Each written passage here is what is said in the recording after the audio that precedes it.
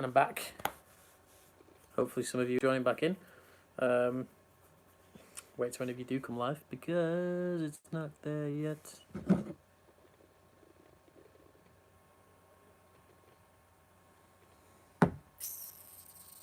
We got nothing. Here I am, 3 of you. Very sorry about that. For some reason, the entire internet in the house just went. So I'm back. But hopefully we'll see more people kind of rolling in. But we'll continue where we left off. I had a nice frozen face. Yeah, I saw Vin say that's my resting Phil face, but my resting Phil face is much more aggressive than that normally. So I've got 4 of you back. Hopefully the numbers will kind of roll in. We're not going to be here for much longer anyway, maybe like another 10 minutes. But it is so sweet, this whiskey. Just tons of vanilla, cinnamon, toffee, fudge, nutmeg, ginger snap biscuits, ginger itself. I mean, this is without even trying it yet. So no idea what's going to happen here. But we shall dive in and see what's going on.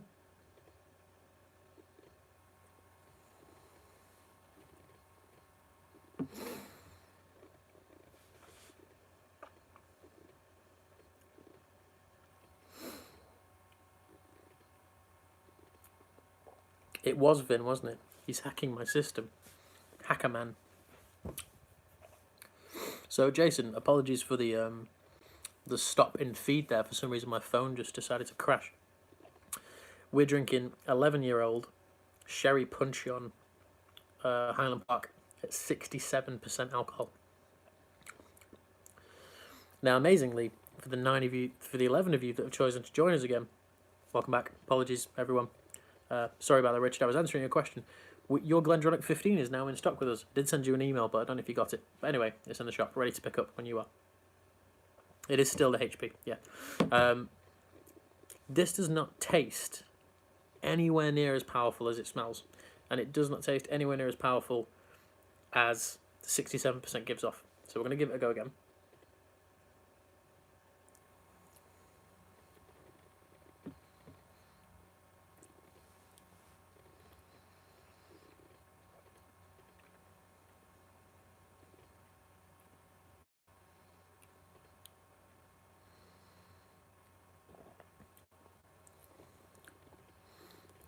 I haven't tried the new Dronach 15. I'm going to buy one anyway because the old one is so amazing. Yes, Billy, I'm back. Hello. Apologies for the cut. For the 13 of you that decided to come back. It's 50%, not bad. It is just not...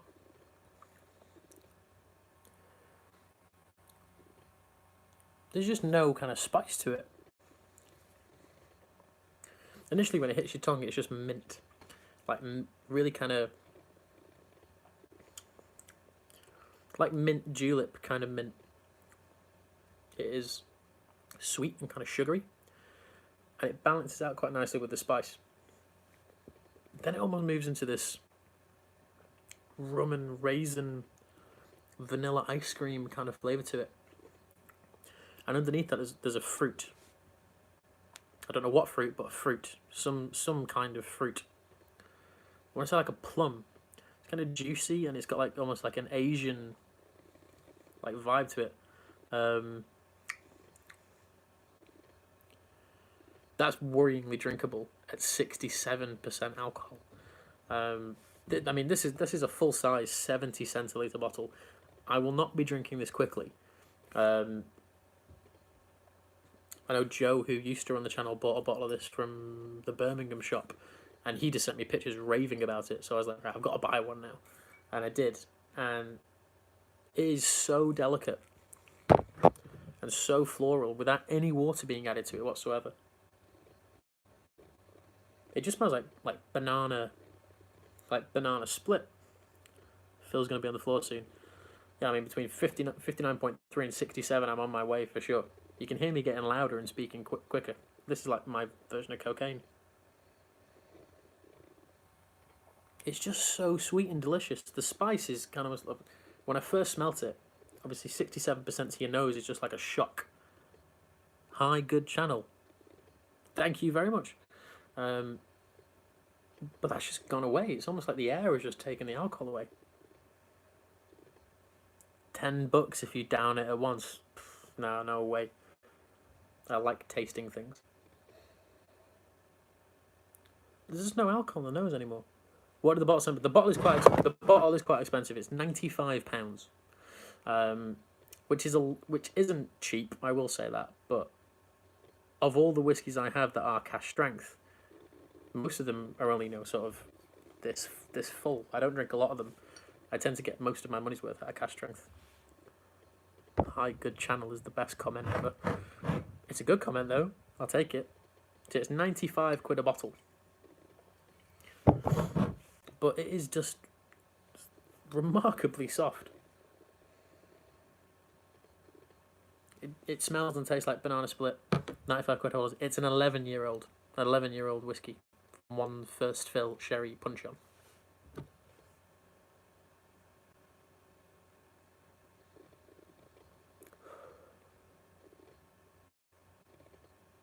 There's something in there that I can't quite put my finger on.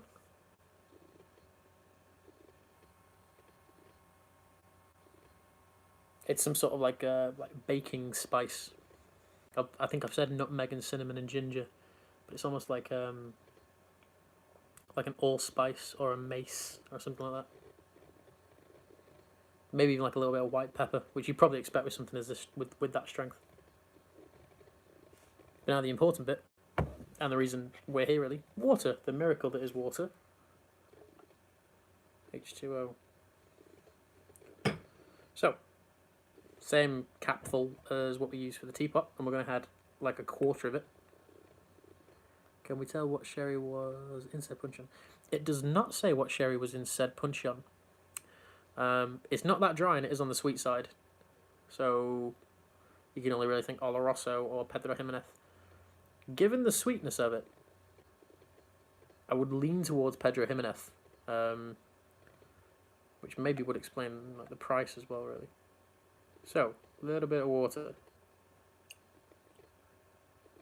Just a bit. Let it kind of roll around. See what happens.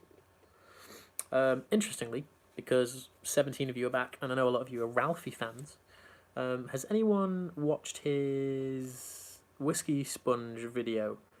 Because I've not seen that yet. And apparently it's hilarious because he just like rips on Macallan. I would love to watch that video, which I probably will do after this is done. Actually, no, because I'm gonna watch Vin's stream after this is done because I'm intrigued to watch it because he's got Ben on from Ben Romack and Gordon MacPhail. Yeah, Whiskey Sponge. Whiskey Sponge is a satirical whiskey news system. It's hilarious. Like some of it is like some of the funniest stuff I've ever read, and this is coming from someone who like at one point wanted to be a journalist. There's a lot less few PX. I mean, the first PX thing that comes to mind for me is Lagavulin Distillers, but that's a finishing process. The new Scotia Victoriana cask strength is 30% PX cask. But yeah, PX is just becoming more and more difficult. And of course, Glendron at 12, 15 and 21 now. So yeah, I've not seen it either. I've just heard about it. But apparently, Whiskey Sponge, I read the article. Whiskey Sponge released an article which said Ralphie was now the face of Macallan, because obviously he hates how kind of pompous Macallan has become. But apparently his reply to that video is even better than the article. So I'll probably get on that tonight at some point and see how funny that actually is. So we've added a quarter of a cup of water, which is quite a lot. Sorry, a cup. Quarter of this lid. Has it changed? See, now it just smells like brown sugar. Rolling Stones fans. Now it smells even more like rum. Like brown, thick Demerara sugar. Almost like if any of you like making cocktails or have been close to a cocktail bar when they're making your old fashioned, when they're mixing in brown sugar with bourbon, that's just what it smells like. Don't breathe in too deep because I did just get like a little bit of a hit of booze. And that was kind of like, white pepper dust when you're kind of grinding down white pepper. There's a basil note in it. But in the way that kind of, like sweet basil, the way basil is kind of sweet and lovely. And almost like a garlic. sweet garlic thing as well.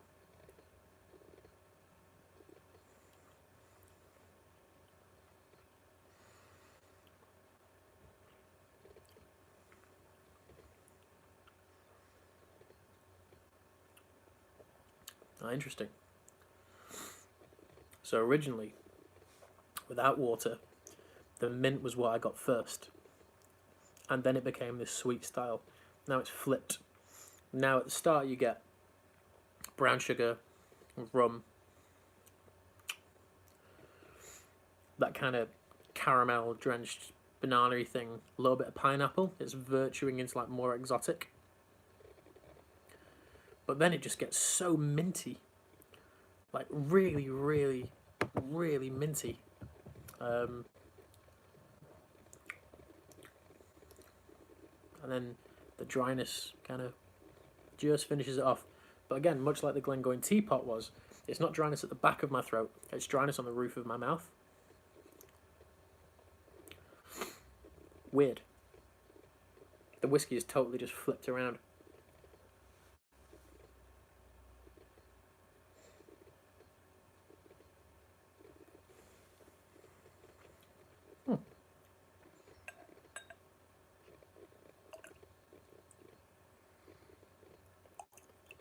In fact, we'll add it all in, because I plan to be here for like maybe another 15 minutes, and we've still got at least 3 of the whiskies to decide between. We're only doing 1 more, but now we've got the thing up and running again, we can let you guys have a proper vote again. So let that sit and rest. We've added all the cap of water to it. So originally, still have a fantastic GlenDronach 13-year-old PX from a couple of years back. Actually, yeah, thinking about it, the biggest PX whiskies are probably those GlenDronach single barrels. I have the opportunity to... Bye, Jason. In the next couple of weeks, I will be trying a 25-year-old 1993 Pedro Jimenez GlenDronach. It's a single barrel at 51% natural cask strength. I'm very excited for that, because it's GlenDronach and it's PX and it's a quarter of a century old. That will be featured on the channel at some point, I guarantee it. I've heard rumours that it is the best, or one of the best GlenDronach single casks that any of my sort of trusted whiskey friends have ever tried. And I've got a lot of faith in them, a lot of financial faith as well. But I have, actually, as Welsh has just said, I have had bad experiences with old PX sherry single barrels, specifically a 30-year-old from a brand that will remain unnamed. Mainly because I don't actually know what brand it was. It was an unnamed bottle of whiskey. It was just a 30-year-old PX single barrel, bottled in the early 1990s for a now defunct independent bottling company. It's a German bottling company as well. Can't even remember the name of it. And that was just too weird and like overly sweet and just like syrupy, and didn't work for me at all. Just poured a teapot dram. Nice one, Alan. In general, with the teapot dram, I thought it was really cool. I thought it was really, really exciting. It didn't smell or taste like anything I've tried before. What it did remind me of at the finish was the Kavalan Vino Barrique, which came out, well, it comes out every year, but it won Best Whiskey in the World in like 2015. And that thing smelled really syrupy and banana-y and like these weird kind of balsamic red wine vinegar flavours. That also might be the driest whiskey I've ever tried, because it just pulled every element of moisture out of every section of my mouth. It reminded me a lot of that. That's like, you know, that Glengoyne is a serious experience whiskey. I don't know if I love it. I don't know if it's something I'm really thankful to have tried, so thank you so much for the sample. I don't know if I could buy a bottle of it. I don't know if I could drink that whole bottle. It's the same opinion I have with things like Octomore. Actually recently retried Octomore 8.3 and didn't love it. I couldn't get on with it. I was like, I don't know if that much peat works with whiskey. But it's really cool to try and really cool for a distillery to do. But I don't know if it's a whiskey for me. But saying that, loads and loads of other cool cask strengths around. Alan's bought 4 bottles. Jesus, well, it's all for you then. No one else got any. It's all Alan's.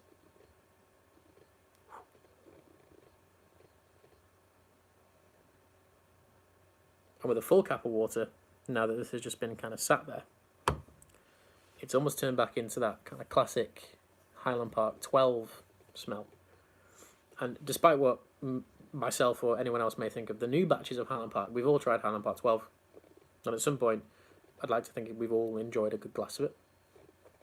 And now it's got to that point of being... the smoke's come out of it a little bit. Because when it's at full strength, there's almost no smoke to it at all. The smoke is there now, and it's like an apple-y kind of smoke, like an apple wood, cedar wood kind of smoke. Milk chocolate. Still got that kind of toffee banana, that pineapple thing. But now it smells like, you know, even though it's an 11-year-old, now it smells like what Highland Park 12 reminds me of so much. Heather honey, tropical fruitiness. The Octomore thing, too expensive. Yeah, I've never bought one. I've never bought an Octomore.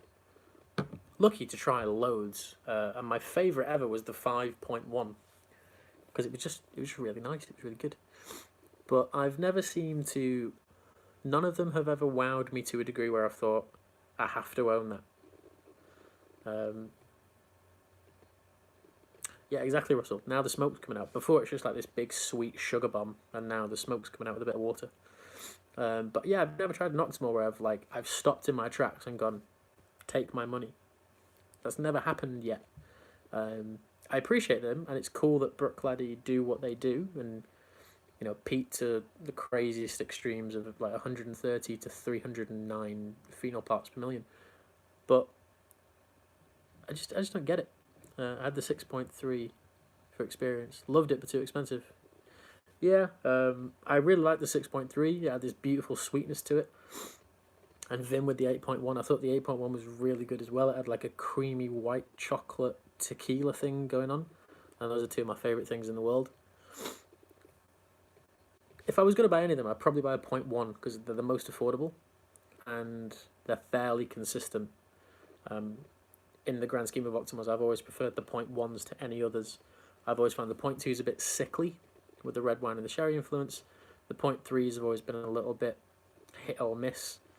Experience up to me. And the 0.4s with the virgin oak influences. I remember trying the 8.4, which was the first 0.4 that came out for regular release.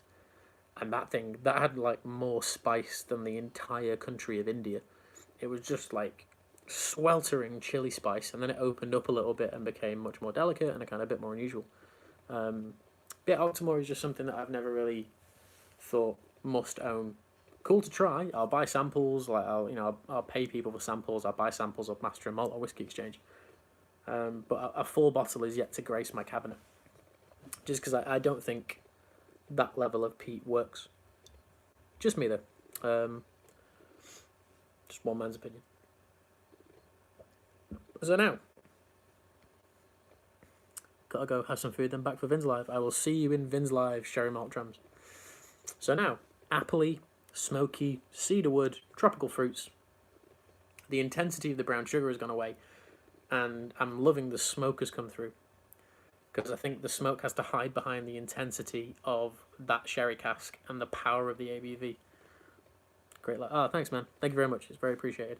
Even with the crash, it's very thankful. Cheers.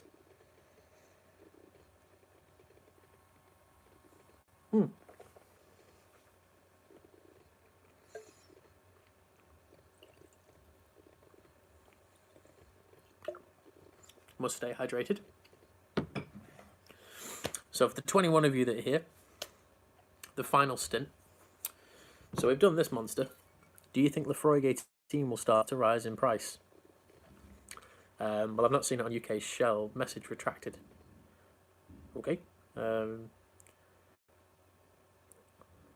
Yeah, exactly. Port Charlotte's cheaper, and I prefer it.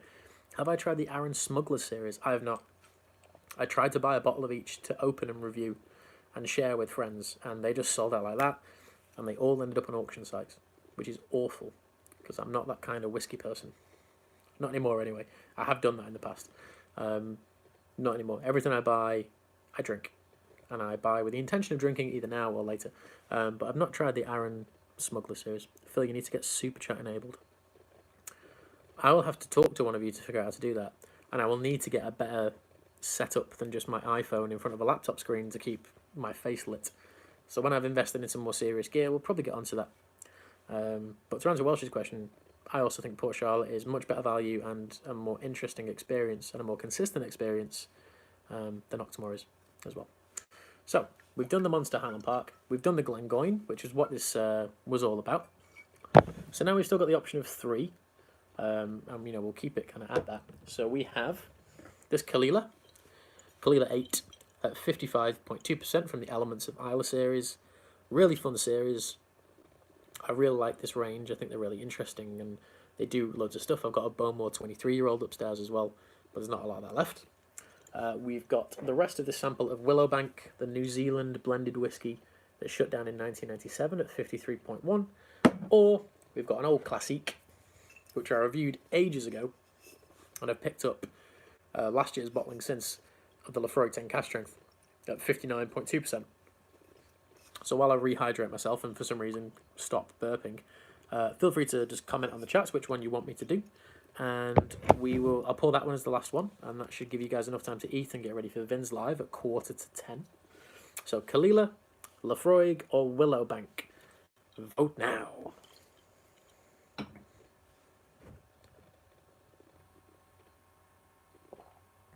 No votes. Caol Ila. I'll take a Caol Ila. Do one of the Islas. Caol Ila, Laphroaig 10, Laphroaig. Laphroaig 18 for $95. Buy it. Laphroaig. It looks like the group is leaning towards the mystery green bottle. I didn't leave it in shot on purpose. The Caol Ila is cool, but it's very, very dry. And I think I've had enough of dry whiskey tonight. I think I did reviews on the channel last year at some point. So if you do want to see the full review for that, move that out of the way. Just go check out the channel because we have done a full review in it. But March 2016, Laphroaig 10-year-old cask strength, batch 008. I just missed out on having a James Bond reference. 59.2%. Probably my favourite Laphroaig ever. This particular one. I managed to pick up batch 8 in New York. Weirdly, I drunkenly walked past a shop in Brooklyn that just had it. And I was like, why is that there? And it was only like $80 with tax. So I was like, gimme. It's the cheapest I'm going to find it. But this one, we did a review on. Maybe the 3rd or 4th review I did when I took the channel over, and it's filmed in my old flat, which is near Manchester city centre. And at the comment section on that is just like inflammatory. It just blew up. It blew up as big as the Lagavulin 8 video did. I actually go back and look at those comments on a regular basis because some of them are just amazing. But Laphroaig 10, a whiskey that you think will be just a bigger version of the 10-year-old, but if anything, it's actually surprisingly more subtle, this batch in particular. So yeah, batch 008 from 2016.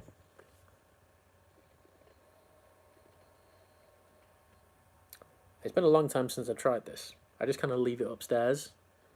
Yeah, Billy, open it, but open it when the occasion is correct. I mean, you can open it for yourself and enjoy one glass, that's fine.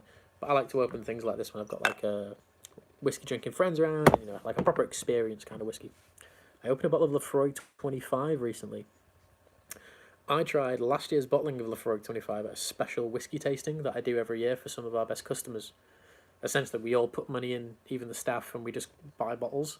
One of them was Laphroaig 25, and it just didn't taste or smell like a Laphroaig. It was beautifully subtle, as this is. Now, it does still smell like an ashtray, and as much as that is a phrase, that is used to talk about Laphroaig, it's not medicinal. It literally just smells like cigarette smoke. Like someone has put a cigarette out into the bottle. Which I'm pretty sure they haven't. No, they haven't. How come Lefroy 10 CS is so expensive? It's not that expensive. If you buy it off Lefroy's website and you are a friend of Lefroy, you can actually get it for about 50 quid. I think the retail price is 55. They give you 10% off if you're a friend of Lefroy, and shipping is about a fiver. So in realistic, you're saving £5. I bought that for 55 quid from Lefroy's website, and the other one was, like I said, $80 with tax in New York. And New York isn't a cheap place to buy whiskey at all. So I don't really have a similar experience of spending a lot of money on Lefroy 10 cask strength. They sell for a lot of money on secondary retail prices, and they can take the piss a little bit on auctions, but I've never really found them to be that expensive in general. How much is the GlenDronach 15 now? The new GlenDronach 15, I think, is £62, and it's Oloroso and Pedro Jimenez sherry. In reference to the gentleman who's asking why it's so expensive, it may just be the area in which he lives in, but if you check out the Lefroy's website between March and April, that's when it tends to come out. Bourbon Blind, we are drinking batch 8 of Lefroy 10 cask strength, the final dram of the night. Again, I do apologise for those of you that experienced a technical error, so this will be uploaded in 2 different videos, which isn't ideal, but there you go, it's kind of nice. So it smells like an ashtray, but in a lovely way, because within that ashtray, we've got cigarette ash, we've got cigar smoke as well, which is a richer, fuller, meatier kind of smoke. Kind of like a really heavy Nicaraguan smoke. Every time I smell Lefroy, I always get white chocolate, like a creamy, kind of hazelnutty white chocolate. Normally like lemon and citrus, got a jet. Vin, no worries. I will see you on your live show. I'll be commenting away, I'm sure. Really interested to know what you and Ben chat about, so I'll see you in a couple of minutes. And it's just not what you expect from a Lefroy. As the comment section is saying, Lefroy 25, especially last year's, was just unbelievable. It was such a delicately nuanced, balanced whiskey. A little bit expensive for a 25, but it is Lefroy. But if I had the money spare, I probably would pay it. And when I eventually go to Islay and I visit Lefroy, I will probably be leaving with a bottle of 25, as long as I can try whichever bottle it is. If it's the new one, I'll want to try it before I buy it, because we all know batches can vary, and if I'm spending that much money, I want to know what I'm buying is good. But cigarette ash, white chocolate, hazelnut, no lemon, no lemon at all.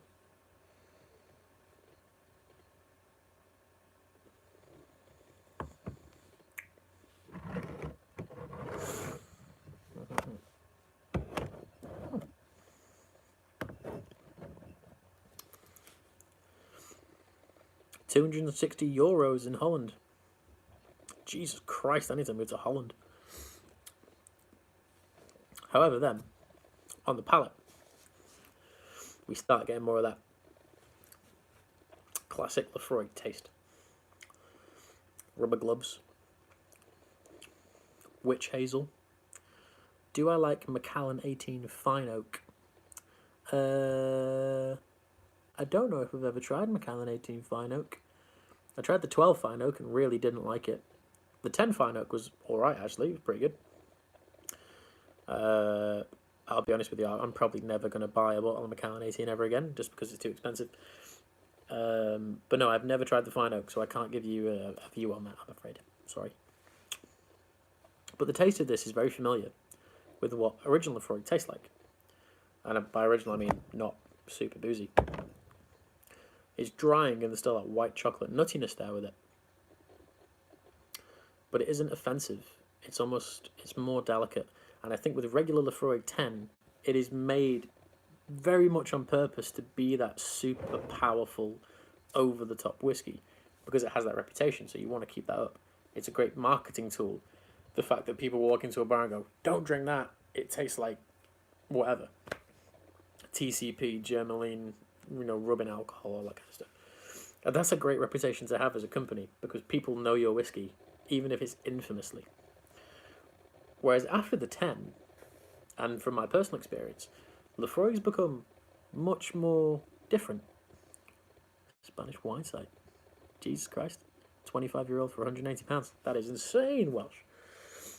You guys shop around. But after Laphroaig 10, things become much more delicate and much more subtle. I love the quarter cask because even though it's more powerful, I think it's got some nicer notes to it. I think it's quite good. I've tried the triple wood, and I honestly can't really remember what it tasted like, which probably tells you quite a bit about that. It tasted like Laphroaig, but it wasn't as powerful as the 10, even though it's 48%. I love the 25, the one I've tried, and I love this so much that I've got 2 different batches, and this is one of those bottles every year that when it's on Laphroaig's website I try and get at least 2 of, but I've only successfully gotten 1 of each. But it smells totally different, it smells sweeter in general, but the taste is more familiar.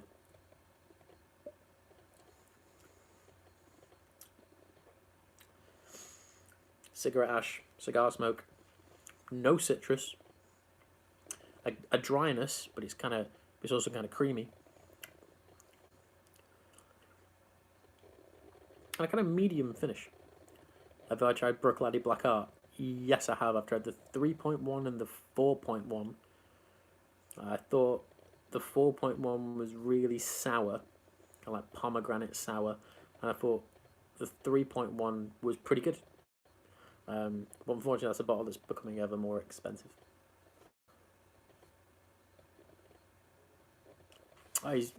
Jeremy's yet to open his. You'll enjoy it, man. Beautiful whiskey. However, the point of all this is about water and how to enjoy cask strength whiskey to its fullest.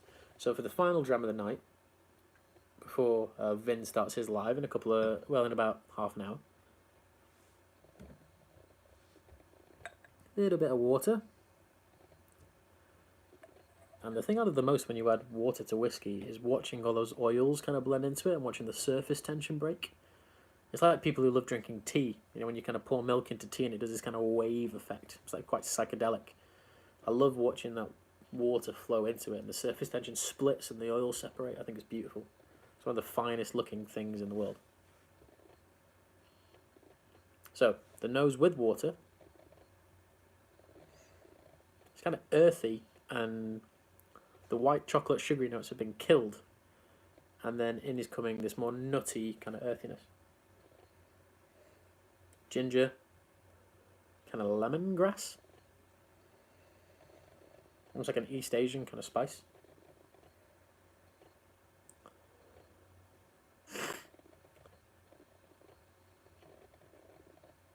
The booze is a bit more prevalent now, it's a bit more solid.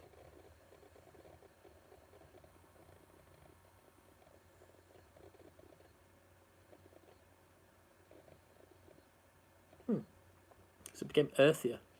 It's become much more rooted, if you pardon the pun. Lemongrass, nutty, slightly citrusy.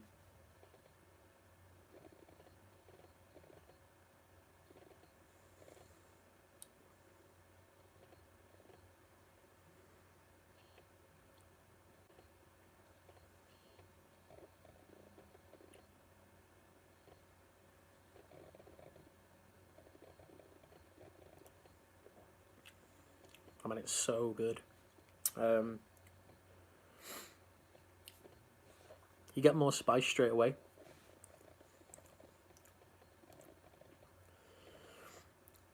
And I'm going to get a bit pretentious now with tasting notes, but it reminds me so much of kind of like Angelica root. And for those of you that don't know what Angelica root tastes like, it's in most gins these days, if any of you are gin fans.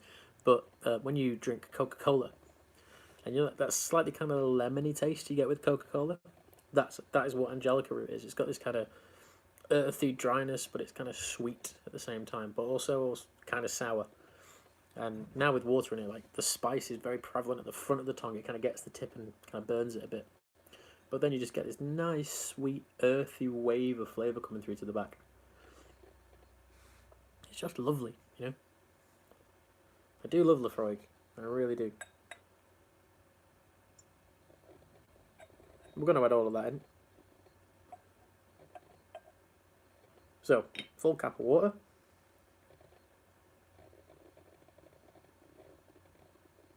Not on that cloudy.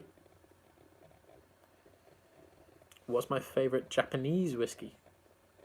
Well, I mean, it used to be Hibiki 17, but now it's crazy expensive. In terms of affordability, I really like Nika Coffee Grain. I think that's really good. If you're a bourbon fan, you like sweet notes, you'll love Coffee Grain. I also really dig Yoichi quite a lot. I prefer Yoichi to Miyagikyo. I think Miyagikyo is a bit too herby for me, herby and spicy. Kind of the flavours that I don't really enjoy together in whiskey. Yoichi's great though because it's like Talisker but Japanese. It's still quite pricey. It's like 78 to 80 quid a bottle for a bottle of non-age statement Yoichi. But would buy it again if I had to.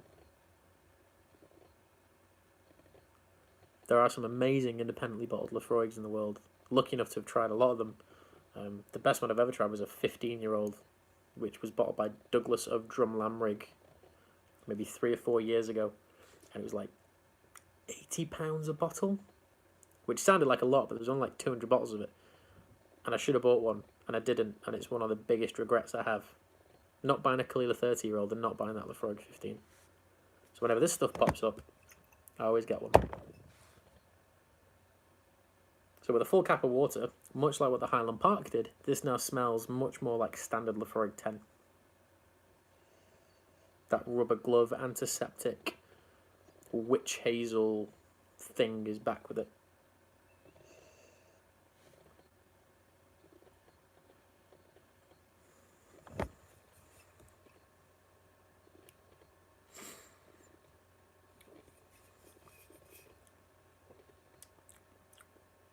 Yep. It tastes like classic Laphroaig 10 too. So with water, with a lot of water, to the point where it's probably like 46 to 40%, it now just tastes like standard Laphroaig. But it is very, very, very good. What was that from Welsh? Miyagikyo 10. Yeah, I remember trying Yoichi 15. And that was just insane. What was that about? Last year's Laphroaig 10. So the one from last year, that's just a spice monster. Last year's Laphroaig 10 is just insane. What do you think of the Laphroaig Cardius 15-year-old? Never tried it. Think I got my hands on it. Sorry about that. Can't give you a comment. Favourite Kavalan? I like the Podium because it uses virgin oak, which is pretty cool. And I'm a big fan of the Conductor, which is like the really, really spicy bourbon cask one. Alan is now drinking Longmorn 16. I missed that old bottling of Longmorn. Did you get the New Octomore 9s yet? I've not grabbed any New Octomore 9. Just had a good conversation about that. Not really too much of an Octomore fan. Like them, but never owned one. Waiting for some samples of the 0.1 and the 0.3 to actually come through the post so I can actually give a solid verdict on them. Had an amazing bottle of 16-year-old Laphroaig from Signatory Age in a sherry hogshead. Billy, that just sounds fabulous in every single way. I had the Douglas Laphroaig, it was superb. Welsh knows what I'm talking about. They did two, they did a 15 and a 17 that came out at the same time. And the 17 was delicious, but that 15 edged it. I think the 17 was about 20 quid more, and I didn't think it did much different stuff. But there was a Douglas sherry Laphroaig from maybe like 2 years ago, which was also fabulous. It was really, really good.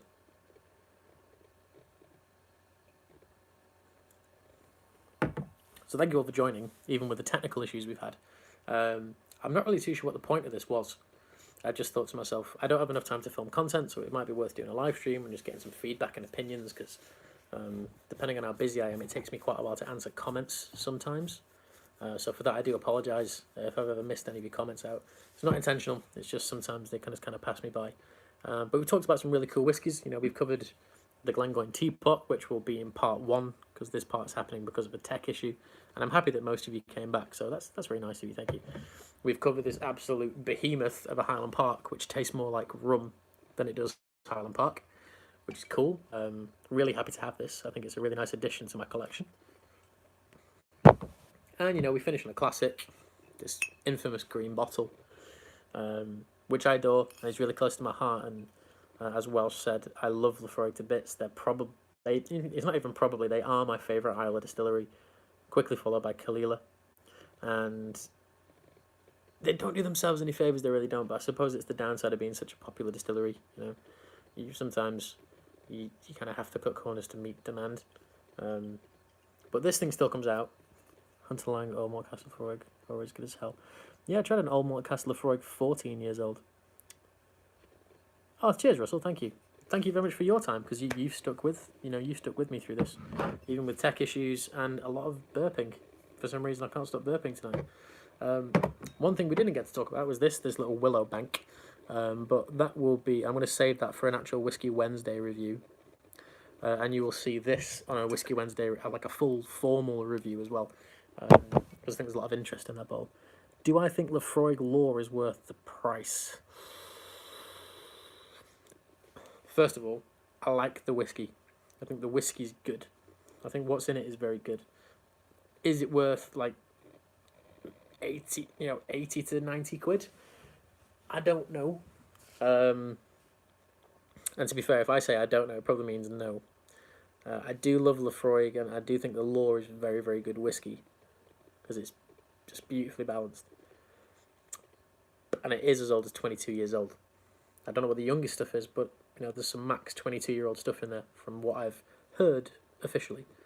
The hesitation in my voice right now probably doesn't say it. Welsh has just kind of wrote what I was thinking. For 60 quid, I'd say maximum maybe like nearly 70. I think it'd be worth it. But I think for pushing 90, I don't think it is. No. Unless you get to try it and you love it, in which case, go nuts, buy one if you really love it so much. But I'm kind of hoping Triplewood is good. I like Triplewood. I'm kind of hoping that what happened to Laphroaig, what happened to Macallan starts to happen to Laphroaig, and I don't mean like pretentious marketing. I mean, for a while from Macallan we had like the Gold, Amber, Cian, and Ruby. I know they've managed to replace that with a full age statement range. I wasn't a fan of the 1824 series, and I'm not a fan of the new Macallan age range series either. I think the triple cast stuff isn't fantastic, and the new Sherry Oak isn't really up to scratch. But the age statements came back, and I miss Laphroaig 18 like I would miss a leg, and I can only hope that whiskey comes back soon, because it would be an amazing thing to get again for, that was £75-80 at its most, and I would pay that hands down every day for Laphroaig 18 if it was good as the old one, because it was just super white chocolatey and lovely. Enjoyed listening to you. I'll be back sometime. By the way, Laphroaig is 60. I mean, Richie here, first of all, thank you for the comment, but Laphroaig Lore is apparently 60 quid on Amazon right now. I don't agree with Amazon because they don't pay their taxes and all that kind of thing, but never turn down a bargain when you can get it. 60 quid for that bottle is pretty impressive. It's much cheaper than its retail price. So it is just gone 9:30. Vin's live starts in about 15 minutes to half an hour. After that kind of whiskey, I could do with some more to eat. More of these streams, Phil. Great content. Thank you. When my brain has had a rest from work, I will certainly do more.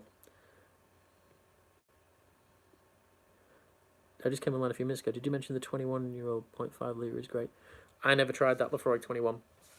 There's a bar that's got it around the corner from me, but I didn't try it. So I couldn't say. But thank you all for watching. It's been wonderful to see you all here. For those of you that are joined late, I do apologise, but work in the morning, very early start, and I would like to get some food after averaging about 62% ABV. I will do more of these. It's just about thinking about what to do and what's entertaining and what's different and what can engage you all as whiskey drinkers and engage conversation and engage the comment section, because that's what this is all about. I can sit here and drink whiskey, but it's about making sure that you guys there's a debate occurring, or just a conversation in general about something controversial. So maybe next time I'll do something controversial. In fact, I probably will. We'll do something controversial. But cheers, guys. Thank you all very much. I'm going to call it quits now. So thank you all for watching. Thank you all for commenting on the videos. Thank you for watching. We're nearly approaching 6,000 subscribers, which makes me so thankful. But yes, we won't get whimsical or anything like that. We'll call it a day. Have a great night. Have a great morning wherever you are. And if you're going to be around in the next sort of half an hour, I will be commenting on a Vin's thing as well. So I'm going to go and watch that. But cheers, guys. Thank you. Take care and have a wonderful day and a wonderful week. Cheers.